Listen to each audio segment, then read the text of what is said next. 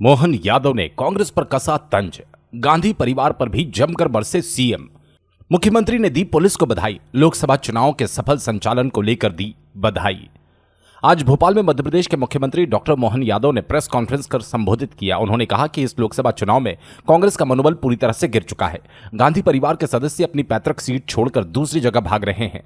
इससे स्पष्ट हो रहा है कि इस लोकसभा चुनाव में कांग्रेस बुरी तरह से हार रही है।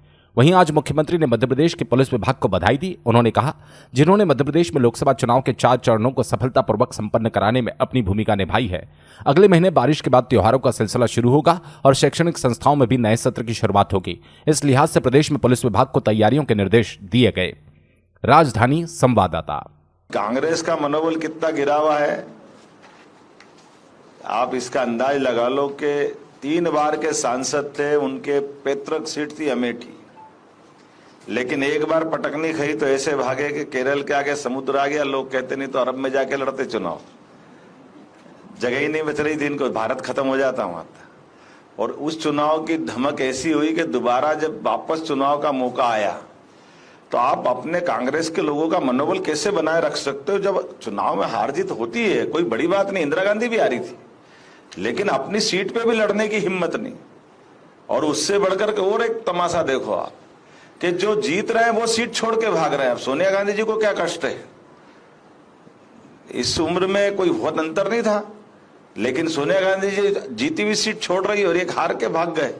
तो आप मैदान तो वैसे मनोबल कार्यकर्ताओं का बनाओगे कैसे? इसका उल्टा देखो, माननीय मोदी जी चुनाव लड़ रहे हैं, माननीय अमित जी चुनाव लड़ रहे हैं, पूरे देश में कैंपेन कर रहे हैं। तो चुनाव लड़ना किसको कहते हैं? चुनाव को लड़ने के लिए आपके अंदर की आत्मा आपके साथ खड़ी है कि नहीं खड़ी, आपका मनोबल खड़ा है कि नहीं खड़ा है, आप उसको फेस कैसे करना चाहते?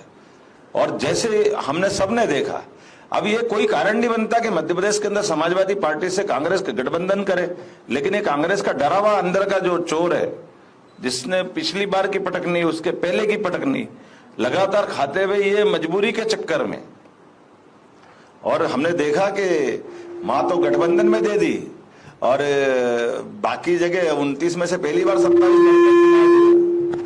आज तक कभी ऐसा नहीं हुआ कि 29 की जगह 27 के चुनाव कांग्रेस ने लड़ा हो। आजादी के बाद ये बड़ा नया इतिहास बना है कांग्रेस का। और उसके बाद भी कितनी सफाई से, मैं तो समझता हूँ कितनी हिम्मत जुटा के बोलना पड़ता कि हम बहुत दमदारी से लड़े।